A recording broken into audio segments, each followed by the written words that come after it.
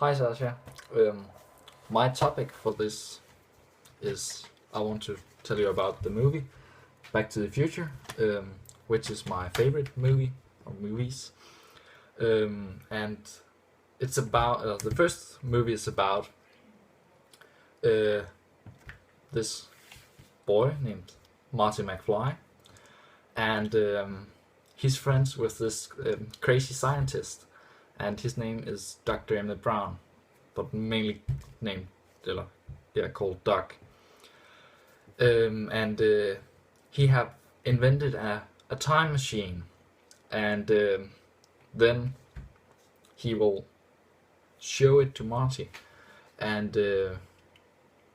then the night he will show it how the time machine works, and some Libyans arrive and shoot Doc, and they shoot him because he lent some plutonium from them, because the time machine needs 1.21 gigawatt, and that's a lot of electricity, and that's what he's using the plutonium for driving.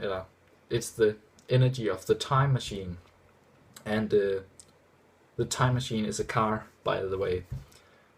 So Marty McFly jumps into this car and drives away from these Libyans who's trying to shoot him. And when it hits 88 miles per hour, the car will travel back or back in time or into the future. And that's why it's called Back to the Future, because Marty McFly goes back to the 1955, and that's the day. It's 30 years from now. The movie was made in 1958, 1985, and then he travels 30 years back in time to the day Doc figured out how he wanted to make a time machine. And it's a very funny movie, if you ask me. I like the plot. He's trying to convince this 30-year younger Doc that he's from the future, and he needs Doc's help in 1955 to travel back to the future, where he belongs. But he don't got this plutonium that he needs to travel, or 1.21 gigawatt. He also meets his young mother and his young father, and his mother falls in love with him, and that's kind of a problem, because if his mom and his dad never meet, then he and his siblings stop existing, because they will never be born. So there's a problem there. Then he's trying to get his mom and dad together, and travel back to 1985.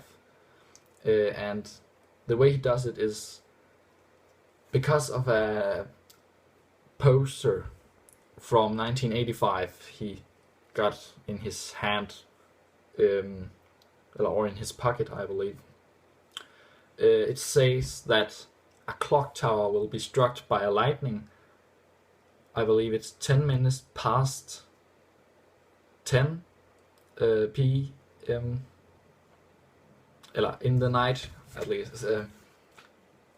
And then Doc is building a wire over the road, and then he's connecting the wire to the clock tower.